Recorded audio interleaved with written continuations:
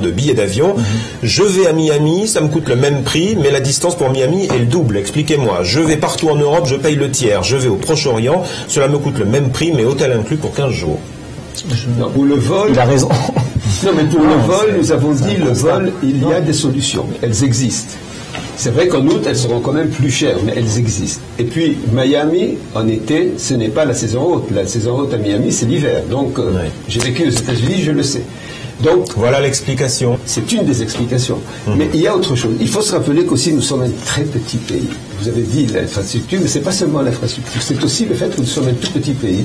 En France, vous pouvez trouver un village quelque part dans les Pyrénées où les prix ne sont pas encore arrivés au prix de la Côte d'Azur. En Israël, c'est trop petit pour qu'il y ait cette différence. Et donc, c'est vrai qu'Israël, en fin de compte, est perçu comme plus cher. Mais il n'y a pas un bon plan. Vous qui connaissez tout par cœur, est-ce que vous pouvez nous révéler le secret qui permettra à une famille modeste de venir en Israël?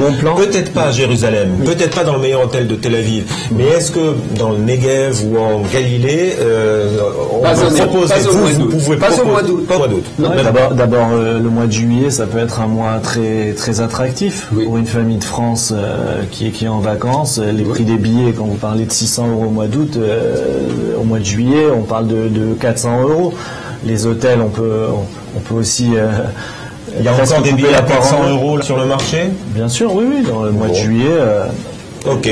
Je lui dirais aussi de faire des recherches. Alors, les agences de voyage. Chez Jean-Claude de Lyon. Il faut être un peu malin pour partir en Israël, pas cher. Israël est moins cher depuis quelques années, nous dit Jean-Claude. Les prix affichés baissent dans certaines compagnies aériennes. Avec un peu de recherche et de débrouille, on s'en sort bien. Et ce qui est valable pour Israël l'est aussi pour les autres pays. Donc il faut chercher. Avec juste un petit point d'exclamation.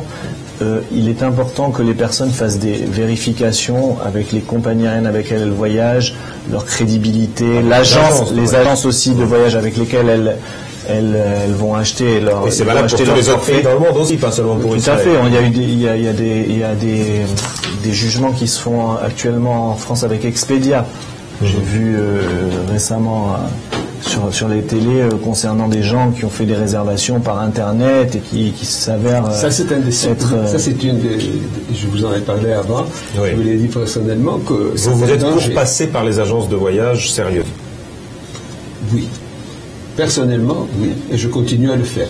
Mais le fait est que au moins l'Internet, d'abord, vous donne, d'après moi, toujours une bonne indication de ce qui est possible. Parce que si nous avons dit qu'on peut avoir un billet d'avion à 300 € au lieu de 700, il faut le savoir. Et une fois que vous le savez, vous pouvez aller chez votre agent de voyage et lui dire, écoutez, j'ai vu sur l'Internet qu'il y a un vol à 300 €. Obtiens-le-moi. Et alors, ça devient la responsabilité de l'agent. L'interlocuteur est très très important dans ce domaine. Mais est-ce que l'agent de voyage a intérêt à vendre des billets à 300 € à une famille de 5 personnes? Est-ce que vous ne poussez pas un peu pour faire payer un peu plus cher? C'est notre métier. D'abord, on veut que le touriste soit satisfait. On se bat aussi au niveau des hôtels pour lui obtenir les prix les meilleurs pour que ce soit... qu'il puisse venir passer ses vacances. Gagnant pour tout le monde. Ouais. Mais je vous dirais une chose à propos de l'Internet. Sachez qu'en France, 53% des Français partis en 2010 ont passé par l'Internet. Ça ne veut pas dire qu'ils ont tout réservé sur l'Internet, mais ils ont consulté l'Internet d'après des sondages qui ont été faits cette année. Chez vous aussi, on réserve sur Internet beaucoup maintenant? Chez nous, on réserve, mais on privilégie le contact personnel. C'est-à-dire avoir le client au téléphone, lui expliquer, lui parler. Une dernière question, pardon, à tous les autres. Une dernière question. Alors, Colline de Bayonne, dans le sud.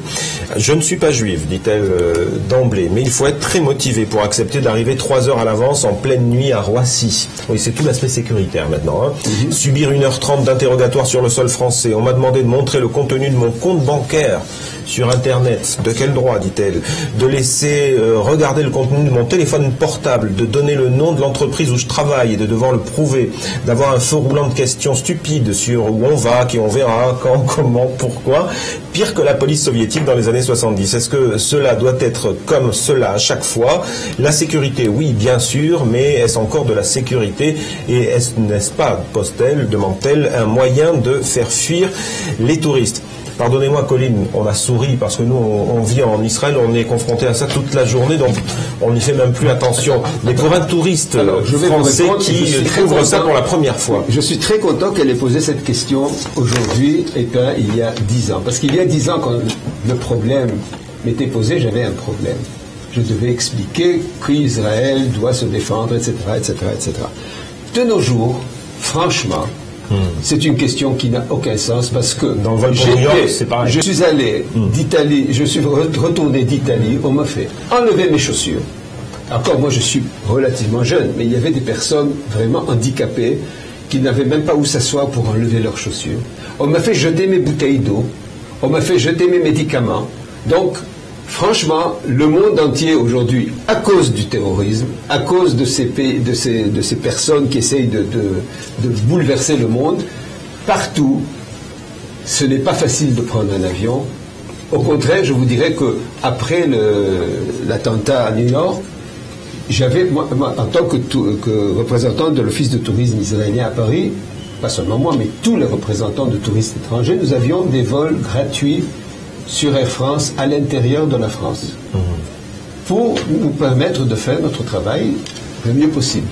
Eh bien, j'ai cessé d'employer l'avion et j'ai commencé à employer le train parce que, justement, j'en avais marre d'arriver à l'aéroport au lieu de la dernière minute, 1 heure avant, d'accord, pas 3 heures, 1 heure avant, et puis faire tout le trajet, alors qu'avec le train, personne ne me posait aucune question, et en 1 heure, j'étais déjà... voilà, mesdames et messieurs, prenez le train pour venir en Israël. Exactement. À quand la prochaine ligne ferroviaire Paris-Jérusalem? À demain. Malgré tout ce qu'on vient de dire, oui. Toutes les critiques que vous avez entendues, eh ben, les touristes affluent de plus en plus en Israël et c'est par créneau de 500 000 de plus à peu près par an. Donc même s'il y a encore des choses à régler, c'est pour ça qu'on a fait cette émission, il faut dire que ça avance et que ça avance bien. Hein. Ça avance et moi j'ai envie de dire que nous sommes un pays jeune et que pour un pays jeune, notre avancée est quand même assez importante.